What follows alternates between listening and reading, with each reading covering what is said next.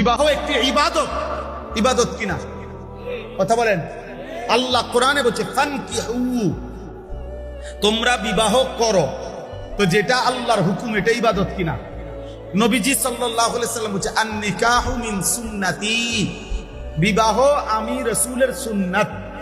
তো যেটা নবীর সুন্নাত এটা উৎসব নাকি ইবাদত? এটা ফুর্তি নাকি ইবাদত? নবীর সুন্নাত এটা ফুর্তি নাকি ইবাদত? তাহলে বিবাহ কি?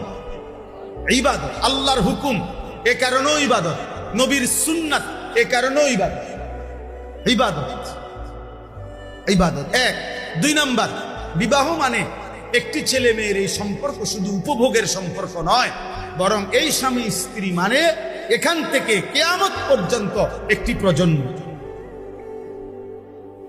আমার দাদা দাদির মিলনে আমার বাবা, মা বাবার মিলনে আমি, আমার স্ত্রীর পরে আমার সন্তান। তাইলে এইভাবে এটা একটা সিরিয়াস স্বামী স্ত্রীর সুন্দর একটি সম্পর্ক। এদের ঈমান ইসলাম, এদের পাক পবিত্রতা, পর্দা পুশিদা, এটা একটা জেনারেশন তৈরি করবে।